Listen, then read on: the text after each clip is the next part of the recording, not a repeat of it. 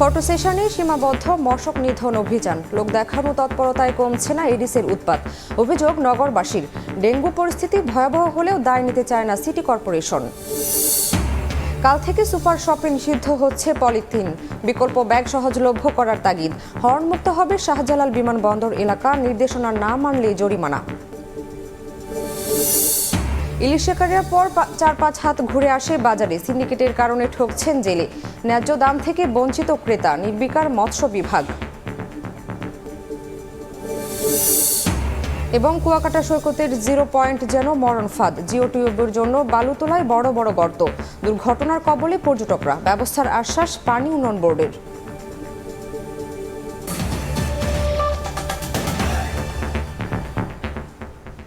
সকালের সময় সঙ্গে আছি আমি শামিমা শাম্মী। গণমাধ্যমকে জানিয়ে মশক নিধন অভিযান। ফটো সেশনে সীমাবদ্ধ তৎপরতা। লোক দেখানো এমন অভিযানে রাজধানীতে এডিসের উৎপাত কমছে না বলে অভিযোগ নগরবাসীর। তবে সিটি কর্পোরেশনের দাবি অভিযান নিয়মিতই চলছে। তাসনিয়া নিশাত মিমের রিপোর্ট। আমাদেরকে অনুরোধ করা যাচ্ছে বাড়ির ছাদে বারিন্দায় ফুলের টব, প্লাস্টিকের পট্টা এই সমস্ত জিনিসে যাতে পানি জমতে না পারে সেদিকে একটু খেয়াল রাখবে। গণমাধ্যম কর্মীদের উপস্থিতিতে চলে মশক নিধনের তোড়জোড়। রোববার রাজধানীর জুরাইনের মুরাদপুরে পোকার বাজার এলাকার একটি মাত্র সড়কে স্প্রে করেই চলে যান দক্ষিণ সিটি কর্পোরেশনের কর্মীরা। স্থানীয়দের অভিযোগ, লোক দেখানো এমন তৎপরতার কারণেই বাড়ছে এডিসের উপদ্রব। ভয়াবহ হচ্ছে ডেঙ্গু পরিস্থিতি। যেমনের কাম এমনি হালাই দিয়ে দিছে।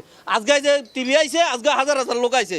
কেউ মশার ওষুধ দেয়, একদিন সপ্তাহে একদিন দেয়, সাপ করে মনে বছরে একবার। মাঝামাঝি একটু ঔষধ দেয়, তাও গ্যাপ দিয়ে মাসের মধ্যে মনে একবার দেয়, আর বাকি দেয় না, মাঝামাঝি একটু আসে। ডেঙ্গুর এই মৌসুমে মরার উপর খাড়ার ঘা হয়ে দাঁড়িয়েছে অসম্পন্ন উন্নয়ন প্রকল্প। জুরাইনের বিভিন্ন সড়কে খোঁড়াখুড়ির কারণে প্রায় 6 মাস ধরে জমে আছে বৃষ্টির পানি, আর তা পরিণত হয়েছে লার্ভার বাসস্থলে। মশা সারাক্ষণে বুঝছেন ঘর থাকাই যায় না। ওষুধ দেয় কিন্তু পর্যাপ্ত পরিমাণ না। এই পানি হয়, পানিটা তো যেইতাছে না। বৃষ্টি হইলে তো হাঁটাই যায় না, প্রচুর পরিমাণে মশা। আপনি পানির অবস্থা দেখেন একদম কালো হয়ে গেছে। এই পানি কিন্তু আজকে প্রায় 3 মাস যাবত সরতেই পারে না, এইখানেই আছে। পানিটা যদি জমা থাকে তাহলে তো আপনার মশা তো থাকবেই। এত সবের পরও দুই সিটি কর্পোরেশন বলছে ডেঙ্গু প্রতিরোধে সব ওয়ার্ডে সকাল বিকাল পরিচালিত হচ্ছে মশক নিধন কর্মসূচি। স্বাস্থ্য অধিদপ্তর থেকে রোগীর যে তথ্য পেয়ে থাকি, সেই তথ্য অনুযায়ী আমরা সেই রোগীর বাড়ির চারপাশে আমরা 200 মিটারের মধ্যে আমাদের মশককর্মী চলে যাচ্ছে। কোনো জায়গায় যদি কোনো পাত্রে কোনো লার্ভা জমে থাকে বা কোনো রকম আমরা যদি কোনো প্রজনন স্থল পেয়ে যাই, তো সেক্ষেত্রে সেগুলো আমরা ধ্বংস করে দিচ্ছি। আমরা সকালে আমরা লার্ভিসাইডিং কার্যক্রমটা পরিচালনা করে থাকি। আমরা বিশেষ করে আমাদের এই ওষুধটা আমরা প্রয়োগ করি জমানো পানিতে। সকাল 9টা থেকে দুপুর 1টা পর্যন্ত লার্ভিসাইডিং পরিচালনা করে থাকি, এবং এই পাশাপাশি আমরা সচেতনতামূলক লিফলেট বিতরণ করে থাকি। 2 দশকেরও বেশি সময় আগে নেওয়ার সিদ্ধান্ত বাস্তবায়নের উদ্যোগ নিয়েছে অন্তর্বর্তীকালীন সরকার। আপাতত আগামীকাল থেকে সুপার শপে নিষিদ্ধ হচ্ছে পলিথিন ব্যাগ, আর বিকল্পের জন্য টাকা গুনতে হবে ভোক্তাদের। পরিবেশবিদ বলছেন, পলিথিনের বিকল্প ব্যাগের সহজলভ্যতা ও সুলভ মূল্যের দিকে নজর দিতে হবে সরকারকে। ফরহাদুর রহমানের রিপোর্ট। 2002 সালে দেশে নিষিদ্ধ হয় পলিথিন ব্যাগের ব্যবহার। তবে সিদ্ধান্তের 22 বছর পেরোলেও এখনো বন্ধ হয়নি পলিথিন বা পলিপ্রোপাইলিন। ইকোসোশ্যাল ডেভেলপমেন্ট অর্গানাইজেশন এসডিওর তথ্য মতে শুধুমাত্র রাজধানী ঢাকাতে প্রতিদিন পলিথিন ব্যাগ ব্যবহার হয় 2.5 কোটিরও বেশি, যা মানুষের স্বাস্থ্য ও পরিবেশের জন্য চরম ক্ষতির কারণ। দায়িত্ব নেয়ার পরেই পলিথিন ব্যবহার বন্ধের উদ্যোগ নিয়েছে অন্তর্বর্তী সরকার। তারই অংশ হিসেবে 1 অক্টোবর থেকে সুপার শপগুলোতে বন্ধ হচ্ছে ক্ষতিকারক এই পণ্যের ব্যবহার। সরকারের সাথে হাতে হাত মিলে আমরাও চেষ্টা করছি পরিবেশ কিভাবে রক্ষা করা যায়। আমাদের ম্যানেজমেন্ট থেকে সকল প্রকার নির্দেশনা দেওয়া আছে, আমরা সে অনুযায়ী আমাদের আউটলেটগুলোতে কাজ করছি। নাগরিকরা বলছেন, পরিবেশ রক্ষায় পলিথিন নিষিদ্ধের সিদ্ধান্ত সময়ের দাবি। তবে বিকল্প পণ্য নিয়েও সরকারকে নজর দিতে হবে। বৃষ্টি হলেই পানি জমে যায়, এটার অন্যতম প্রধান কারণ হচ্ছে পলিথিনের ইউজ, এবং পলিথিন যেখানে সেখানে নর্দমায় পড়ে থাকে। আমি ক্যারি করব কি দিয়ে, সেই বিকল্পটা দিয়ে পলিথিনটা অফ করে। পরিবেশ বান্ধব ব্যাগ তো দিতে পারেন, বলে না সেটার দাম তো অনেক বেশি, সেটা তো আমরা দিতে পারবো না। একটা ব্যাগ হয় 5 টাকা 7 টাকা পড়বে। এইটার খরচ যদি খুবই মিনিমাম রাখে তো সেটা হলো ভালো। আর যেহেতু এটা পরিবেশে ক্ষতি করে, আমার মনে হয় মানে নাগরিক হিসাবে আমরা মনে হয় একটু স্যাক্রিফাইস করতেই পারি। পলিথিনের বিকল্প হিসেবে পাট, কাগজ ও কাপড়ের ব্যাগ ব্যবহারের পরামর্শ পরিবেশ, বন ও জলবায়ু পরিবর্তন বিষয়ক উপদেষ্টার। পরিবেশবিদরা মনে করেন বিকল্প পণ্যের সহজলভ্যতা ও সুলভ মূল্যের প্রতি নজর দিতে হবে। ব্যবহারকারী যারা আছে, ব্যবসায়ী যারা আছে, উৎপাদনকারী যারা আছে, সকলকে মিলে কিন্তু একটি সমাধানের দিকে আমাদের যেতে হবে। সুলভে, সহজে, অল্প মূল্যে এবং অ্যাভেলেবেল বিকল্প আমাদেরকে অবশ্যই নিশ্চিত করতে হবে। তা না হলে এই উদ্যোগটিও আবার চ্যালেঞ্জের মুখোমুখি হয়ে যাবে। স্বল্পমাত্রা পলিথিন ব্যবহার করলেও শক্ত ব্যবস্থাপনা থাকলে তা পরিবেশ দূষণে সহনীয় বলেও মনে করেন এই বিশেষজ্ঞ। প্লাস্টিককে আস্তে আস্তে না বলতে হবে। ফরহাদুর রহমান, সময় সংবাদ, ঢাকা। 1 অক্টোবর থেকে নীরব এলাকা হবে শাহজালাল আন্তর্জাতিক বিমানবন্দর ও সামনের 3 কিলোমিটার সড়ক। একই দিন থেকে ব্যবহৃত প্লাস্টিক ব্যবহার বন্ধের উদ্যোগ নিয়েছে বিমানবন্দর কর্তৃপক্ষ। উদ্যোগ বাস্তবায়নে মাঠে থাকবে ভ্রাম্যমাণ আদালত। পরিবহন চালকরা বলছেন, প্রচারণার পাশাপাশি দরকার সবার আন্তরিক সহযোগিতা। কাজল আব্দুল্লাহর রিপোর্ট। তিলোত্তমা নগরী ঢাকার ব্যস্ততম গাজীপুর মহাখালী সড়ক। সবসময় যানবাহনের চাপে সড়ক থাকে রাজধানীর এই প্রবেশদ্বার। এবার সড়কটিকে নীরব করার উদ্যোগ বেসামরিক বিমান চলাচল কর্তৃপক্ষ বেবিচকের। বিমানবন্দরের সার্বিক পরিবেশ ও জনস্বাস্থ্য বিবেচনায় 1 অক্টোবর থেকে বিমানবন্দর চত্বর ও সামনের সড়কের লো মেরিডিয়ান হোটেল থেকে উত্তরার স্কলাস্টিকা ক্যাম্পাস পর্যন্ত 3 কিলোমিটার সড়কে হর্ন বাজানো বন্ধের সিদ্ধান্ত হয়েছে। ব্যবহার বন্ধ করা হবে একবার ব্যবহৃত প্লাস্টিকও। নির্দেশনা বাস্তবায়নের 7 দিন পরিচালিত হবে যৌথ মোবাইল কোর্ট। আমরা চাচ্ছি সচেতনতার মাধ্যমে হর্নমুক্ত পরিবেশ ঘোষণা করা, আমাদের যারা গাড়ি চালক রয়েছেন সবাইকে সেই সচেতনতার অন্তর্ভুক্ত করা এবং অভ্যাসগতভাবে যাতে আমরা হর্নটা কম বাজাই এবং পরিবেশ দূষণটা কম করি, সেজন্য আমাদের প্রচেষ্টা অব্যাহত থাকবে। মঙ্গলবার থেকে এই উদ্যোগ বাস্তবায়নের কথা থাকলেও দুদিন আগেও কোনো প্রচারণা বা সাইনবোর্ড দেখা যায়নি বিমানবন্দরের কোনো পয়েন্টে। বিষয়টি জানে না কোনো পরিবহন চালকও। মুক্তভাবে চালাবো কেমনে? যেমনি পাবলিক দৌড়ায়, রিক্সা দৌড়ায়, গাড়ি ঢুকে, হুন্ডা ঢুকে। নিজের সেফটি ভাবে নিজে চালাইলে তাহলে আর হরেন নাও লাগতে পারে। তোমার হরেন দেওয়াও লাগবে, আর সব জায়গাতে হরেন দেওয়াটাও কেমন একটা মানে সবার চোখে একটা বা কাঁধে একটা সমস্যার ব্যাপার আছে। হরেন যদি না বাজে তাহলে সিগন্যাল ইউজ করতে হবে। এর আগেও নীরব এলাকা হিসেবে ঘোষণা দেওয়া হয়েছে রাজধানীর বিভিন্ন গুরুত্বপূর্ণ পয়েন্টকে, তবে বাস্তবে কার্যকর থাকে না বলে মত পরিবেশবিদদের। আপনি যদি জনগণকে না জানান, আপনি যদি আমার যানবাহনে যারা চলাচল করেন, যারা ড্রাইভার, তাদের না জানান, আমরা অন্যরা যারা সেখানে মানে শব্দ নিঃসরণ করি, আমাদেরকে না জানান কি প্রক্রিয়া আপনি এটা করবেন, তাহলে আমি কিভাবে সেখানে সচেতন হব? আপনি যে আইন প্রয়োগ করবেন, মানুষকে একটা সময় দেবেন, আপনি দিতে হবে যে আপনি বারবার এখানে প্রচার করবেন যে এলাকা নীরব এলাকা, আপনার এখানে হর্ন বাজাবেন না, তারপরে একটা সময় গিয়ে আপনি আইন প্রয়োগ করবেন। নীরব এলাকা কার্যকরে 3 কিলোমিটারে 3টি পয়েন্টে থাকবে পরিবেশ অধিদপ্তর, বিমানবন্দর ও বিআরটি এর ম্যাজিস্ট্রেট টিম। দিনরাত 24 ঘন্টা ব্যস্ত এই বিমানবন্দর সড়ক। এই চত্বর হর্নমুক্ত করা অনেকটাই চ্যালেঞ্জিং মনে করছেন পরিবেশবিদরা। তবে পরিবেশ অধিদপ্তর, এয়ারপোর্ট কর্তৃপক্ষ এবং ট্রাফিক বিভাগ সমন্বিতভাবে সচেতনতা সৃষ্টি, একই সঙ্গে আইনের প্রয়োগ করলেই হর্নমুক্তভাবে পরিচালনা করা সম্ভব বলে মনে করছেন সংশ্লিষ্টরা। হযরত শাহজালাল আন্তর্জাতিক বিমানবন্দর চত্বর থেকে কাজল আব্দুল্লাহ, সময় সংবাদ, ঢাকা। এবার বাংলাদেশ সমবায় ব্যাংকের লকার থেকে 12,000 ভরি স্বর্ণ চুরি। 4 বছর পর প্রকাশ্যে এলো এ চাঞ্চল্যকর ঘটনা। বিকেলে ব্যাংকের ভারপ্রাপ্ত মহাব্যবস্থাপক আহসানুল গনি বলেছেন, 2020 সালে গ্রাহকের স্বর্ণ বেনামে সরানো হয়। জড়িত 7 কর্মকর্তার বিরুদ্ধে আদালতে চার্জশিট দিয়েছে দুদক। দেশের বিভিন্ন ব্যাংক ও আর্থিক খাতে একের পর এক বেরিয়ে আসছে অনিয়মের অভিযোগ। এবার বাংলাদেশ সমবায় ব্যাংকের লকার থেকে স্বর্ণ গায়েবের তথ্য প্রকাশ করলেন খোদ স্থানীয় সরকার পল্লী উন্নয়ন ও সমবায় উপদেষ্টা AF হাসান আরিফ। একটা ব্যাংক আছে, যদিও এটা ব্যাংক কোম্পানিজ অ্যাক্টের আওতাভুক্ত নয়, এটাকে এক্সক্লুড করা হয়েছে, সমবায় ব্যাংক। তো সেই সমবায় ব্যাংকের অবস্থা হচ্ছে 12,000 ভরি সোনা খোঁজ পাওয়া যাচ্ছে না। 1-2 ভরি নয়, রীতিমতো ব্যাংকটির লকার থেকে চুরি হয়েছে 12,000 ভরি স্বর্ণ। ঘটনা 4 বছর আগের হলেও রোববার বিকেলে এ তথ্য নিশ্চিত করেছেন ব্যাংক কর্তৃপক্ষ। ব্যাংকটির ভারপ্রাপ্ত ব্যবস্থাপনা পরিচালক আহসানুল গনি জানান 2020 সালে নারায়ণগঞ্জ কোঅপারেটিভ ক্রেডিট লিমিটেডের 12 কোটি টাকা ঋণের বিপরীতে 10 কোটি টাকা সুদ জমে। এর সঙ্গে ব্যাংকে জামানত হিসেবে গ্রাহকের 12,000 ভরি স্বর্ণ জমা রাখে কোম্পানিটি। তবে কোম্পানি দেউলিয়া হলে কয়েকজন গ্রাহক আসলেও বাকিদের স্বর্ণ বেনামে ভুয়া কাগজে চুরি হয়ে যায় ব্যাংকের হেড অফিস মতিঝিল শাখা থেকে। ব্যাংকটির সহকারী মহাব্যবস্থাপক বলেন, অনেক গ্রাহকের সঙ্গে যোগাযোগ করেও সাড়া মেলেনি। কিছু স্বর্ণ এখানে আর নেয় নাই আর কি। 16 সাল থেকে আমরা সর্বশেষ 16 সালে বলছি এদেরকে এত তারিখের মধ্যে নেওয়ার জন্য, নইলে নিলাম করব। তো 16 সালের পরে আর নিলাম হয় নাই আর কি। তো এই স্বর্ণটাই। এই ঘটনায় সমবায় ব্যাংকের 7 কর্মকর্তাকে আসামি করে 2021 সালের ফেব্রুয়ারিতে মামলা করে দুদক। একই বছর অক্টোবরে চার্জশিট দেয়া এই মামলা এখনো চলমান।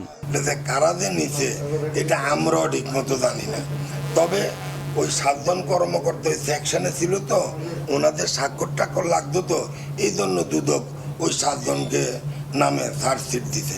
12,000 ভরি স্বর্ণ গায়েবের মতো ঘটনা 4 বছর পর সামনে আসা রীতিমতো বিস্ময়ের।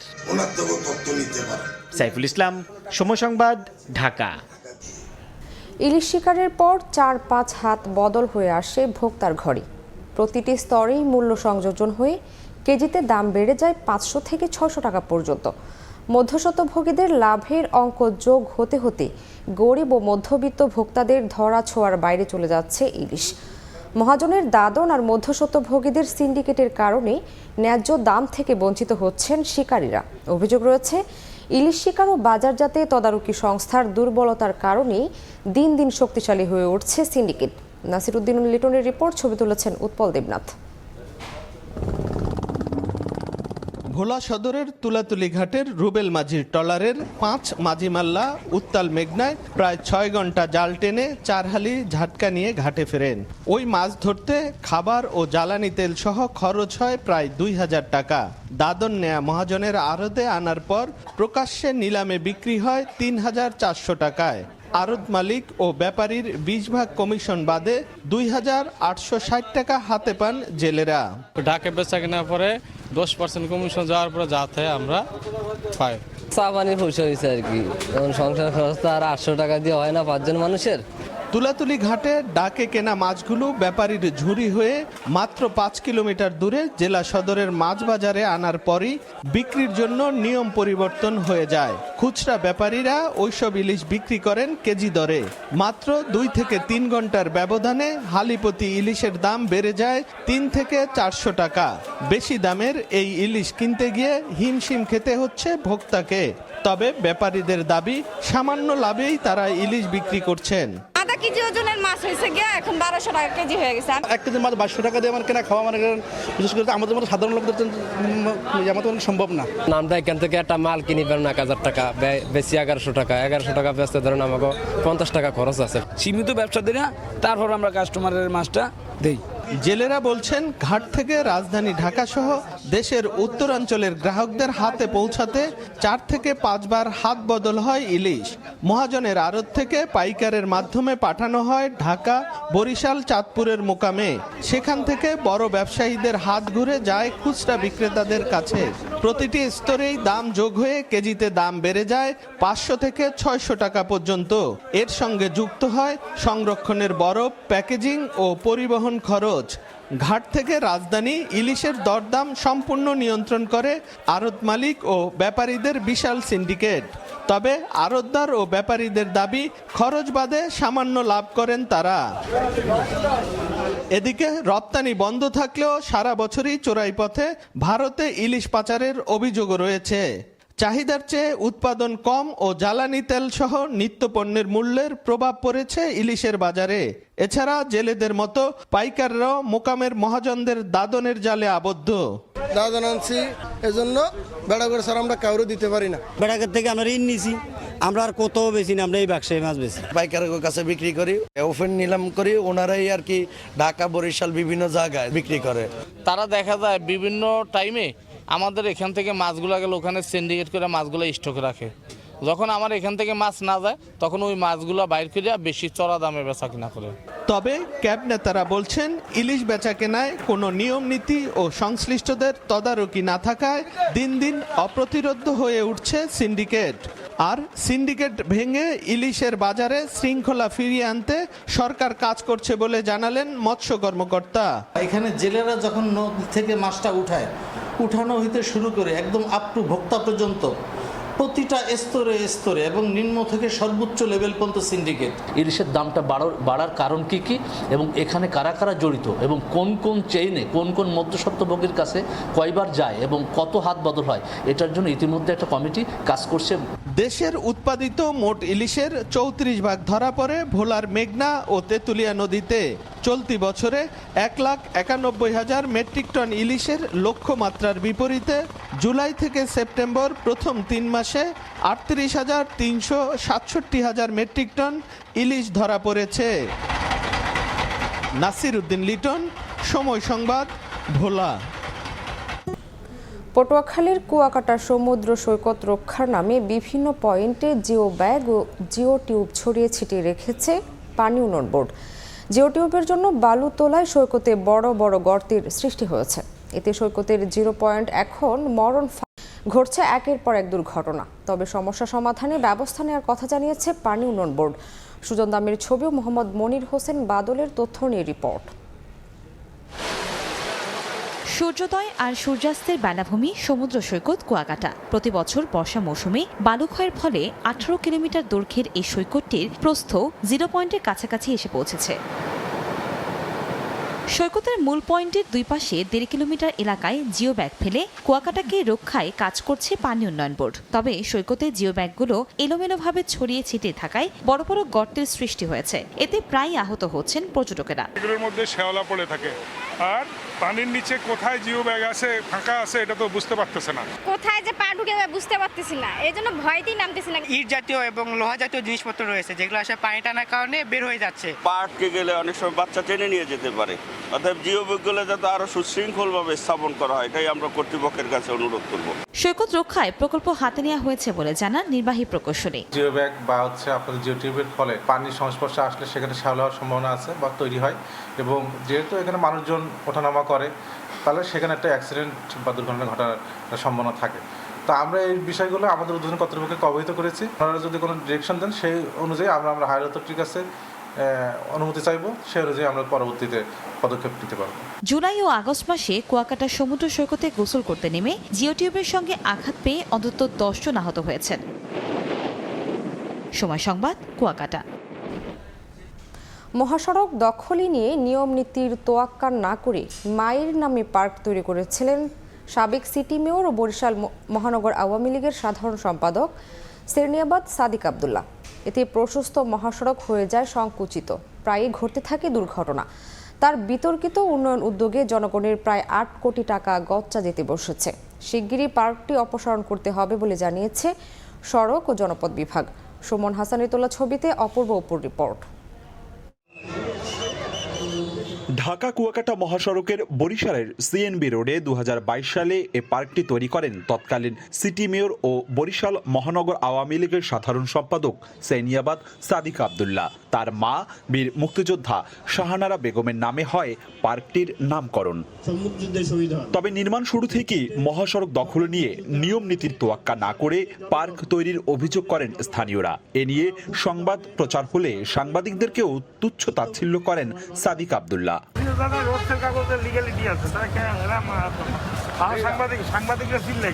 ভয়ে তটস্থ থেকে তার সামনে কেউ কথা বলার সাহস পেতেন না। তবে নির্মাণের পর প্রশস্ত এ সড়কটি হয়ে যায় সংকুচিত। এ কারণে প্রায়ই ঘটতে থাকে ছোট বড় দুর্ঘটনা।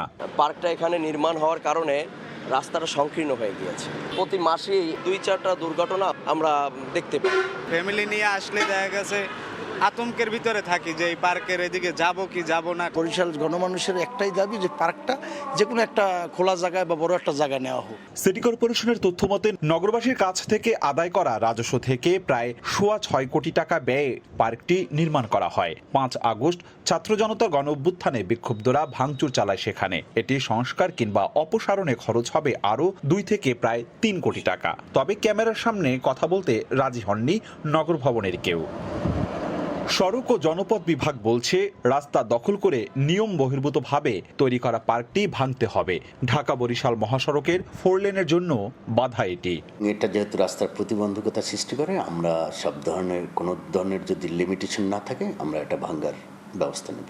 2022 সালের 8 ডিসেম্বর বরিশাল হানাদার মুক্ত দিবসে পার্কটি সবার জন্য উন্মুক্ত করা হয়। অপূর্ব অপু, সময় সংবাদ, বরিশাল। তদন্ত প্রতিবেদন ও আলামত না আসায় বরিশাল সাইবার ট্রাইব্যুনালে জট খুলছে না 232টি মামলার। বাদী বিবাদী পক্ষের আইনজীবীরা বলছেন, সাইবার আইনের সঠিক ব্যবহার না হওয়ায় অনেক মামলার জন্য হয়রানির মুখোমুখি হচ্ছেন তারা। ট্রাইব্যুনালে গতি ও স্বচ্ছতা আনতে নতুন আইন কমিশনের উদ্যোগ দেখতে চায় বরিশাল আইনজীবী সমিতি। সুজয় দাসের ছবিতে অপূর্ব অপুর আরও একটি রিপোর্ট। বরিশাল সাইবার ট্রাইব্যুনাল বিভাগের 6 জেলার সব ধরনের সাইবার মামলা পরিচালিত হয় এ আদালত থেকে। প্রতিদিনই সামাজিক যোগাযোগ মাধ্যম সহ ইন্টারনেটে বিভিন্ন মত প্রকাশকে কেন্দ্র করে নতুন নতুন মামলা হয় এখানে।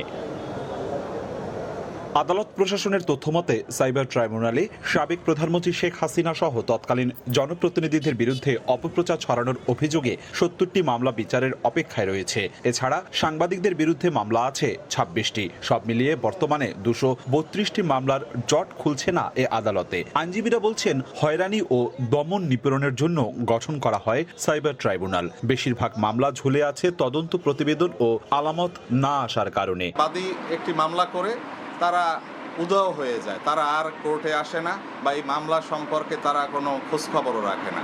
সরকারি কৌশলীরা জানান, আলামতের ডিভাইসগুলো ফরেনসিক বিভাগে পাঠানো হলে তারা প্রতিবেদন দিতে অনেক দেরি করে। এ কারণে চাইলেও মামলা নিষ্পত্তি করা সম্ভব হচ্ছে না বলে দাবি তাদের। আর ট্রাইব্যুনালের গতি ও স্বচ্ছতা আনতে নতুন আইন কমিশনের উদ্যোগ দেখতে চায় আইনজীবী সমিতি। মামলায় ড্রাফটিং এর ত্রুটি থাকার কারণে কখনো কখনো বাদী বা সাক্ষীগণ মোকদ্দমায় সাক্ষ্য প্রদানে অনীহা প্রকাশ করে। মিডিয়ার প্রেক্ষাপটে এই সাইবার ট্রাইব্যুনালটাকে পুনর্বিবেচনা বা নতুনভাবে ধারাগুলো পরিবর্তন বা পরিমার্জিত হয় আমি বলে মনে করি। 2021 সালের 27 জুন বরিশালে প্রথম সাইবার ট্রাইব্যুনাল আদালত গঠন করা হয়। এরপর থেকে এখন পর্যন্ত 467টি মামলা নিষ্পত্তি হয়েছে আদালতে। অপূর্ব অপু, সময় সংবাদ, বরিশাল। দেখছেন সকালের সময়। উত্তরপ্রদেশ ভারতের অঘোষিত ক্রীড়া রাজধানী। শুধু এক ঝাঁক ক্রিকেটারই নন, যে রাজ্য জন্ম দিয়েছে শত অ্যাথলিটদের। মূলত খেলাধুলার প্রতি স্থানীয় প্রশাসনের উদারনীতি এত বিপুল সংখ্যক অ্যাথলিট উঠে আসার কারণ। ইউপির 75টি জেলার প্রায় প্রতিটিতে আছে স্পোর্টস হাব, যেখানের হোস্টেলগুলোতে খেলাধুলার পড়াশোনার পাশাপাশি আছে বিনামূল্যে থাকা খাওয়ার ব্যবস্থা, আছে স্পোর্টস নিয়ে উচ্চশিক্ষার সুযোগও। কানপুর থেকে আরও জানাচ্ছেন মাহবুব রিমন।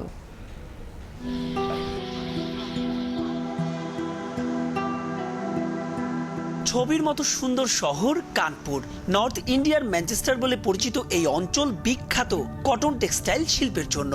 তবুও উত্তরপ্রদেশের অনগ্রসর অঞ্চলগুলোর একটি এই কানপুর। তবে এখানে এমন কিছু একটা আছে যা হীরের খনির চাইতেও হয়তো বেশি মূল্যবান। গোপাল শর্মা থেকে শুরু আরপি সিং, সুরেশ রায়না, মোহাম্মদ কাইফ, ভুবনেশ্বর, প্রবীণ কুমার, পীযূষ চাওলা কিংবা কুলদীপ যাদব। কারো জন্ম, কারো বেড়ে ওঠা কিংবা কারো তারকা হওয়ার সঙ্গে সখ্যতা এই কানপুরের। আলাদা করে বললে এই হোস্টেলগুলোর। শুধু ক্রিকেটাররাই নন, উত্তরপ্রদেশ থেকে ভারতের হয়ে মাঠ মাতিয়েছেন অসংখ্য athlete. Football, hockey, volleyball, basketball, track and field, সংখ্যাটা সহস্র ছাড়াবে। খেলাধুলায় তরুণদের আরো আগ্রহী করে তুলতে আলাদা পদক্ষেপ নেয় ইউপি সরকার। রাজ্যের 75টি জেলার প্রায় প্রতিটিতেই আছে আলাদা স্পোর্টস হাব। ক্রিকেট আছে 5 জায়গায়: কানপুর, आगरा, फतेहपुर, देवरिया। टोटल उत्तर प्रदेश में 33 छात्रावास संचालित है। গোটা উত্তরপ্রদেশে 33টি স্থায়ী ছাত্রাবাস রয়েছে। ছোটবেলা থেকেই যেখানে অ্যাথলিট গড়ার কাজ শুরু হয়। বাচ্চারা এখানে সব ধরনের খেলাধুলাই করে। স্পোর্টসের কে কোন বিভাগে যাবে তা আমরাই ঠিক করে দেই। এখানকার সব খরচ উত্তরপ্রদেশ সরকার বহন করে। যারা এখানে ভর্তি হন তারা কঠোর অনুশাসনের মধ্যে বড় হয়, যা তাদের পরবর্তীতে বড় তারকা তৈরিতে সাহায্য করে। उपकरण पे सारे सामान में गवर्नमेंट पूरा खर्च करती है। প্রতিদিন ভোর 5:30টা থেকে শুরু হয় অ্যাথলিটদের অনুশীলন। চলে কয়েক দফা। আছে ক্রীড়া বিভাগ নিয়ে উচ্চ শিক্ষার সুযোগও। फैसिलिटीज आर ऑल गुड এখানের খাবারের মান খুবই ভালো, সঙ্গে ডায়েটও কঠোরভাবে নিয়ন্ত্রণ করা হয়। সেই সঙ্গে আমরা সব ধরনের সুযোগ সুবিধা পেয়ে থাকি। এখান থেকে বের হয়ে যাওয়া কিংবদন্তি অ্যাথলেটরা আমাদের সবসময় অনুপ্রাণিত করে, যা আমাদের নিজেদের গড়ে তুলতে সাহায্য করে। এখানেই শেষ নয়, উত্তরপ্রদেশ থেকে আরও অ্যাথলিট তুলে আনতে প্রতি বছরই বিশেষ ক্যাম্প পরিচালনা করে স্থানীয় প্রশাসন, যাতে প্রত্যক্ষ ভূমিকা থাকে রাজ্যটির সাবেক অ্যাথলিটদের। জীর্ণশীর্ণ এই ভবনটাই কালের সাক্ষী হয়ে দাঁড়িয়ে আছে, যেখান থেকে জন্ম হয়েছে ভারতের কত সব কিংবদন্তি ক্রিকেটার। শুধু কিংবদন্তি ক্রিকেটারই নয়, ভারতের অন্যান্য স্পোর্টসেও এই ভবন এবং এই উত্তরপ্রদেশের ছাত্রাবাসগুলোর অবদান অনস্বীকার্য, যা শিক্ষা দেয় শুধুমাত্র বাংলাদেশে বিকেএসপির দিকে তাকিয়ে থাকা নয়, বাড়াতে হবে অঞ্চলভিত্তিক ক্রীড়া কাঠামো। মাহবুব রিমন, সময় সংবাদ, উত্তরপ্রদেশ, কানপুর, ভারত। এ ছিল সকালের সময়। সঙ্গে থাকুন সময়ের।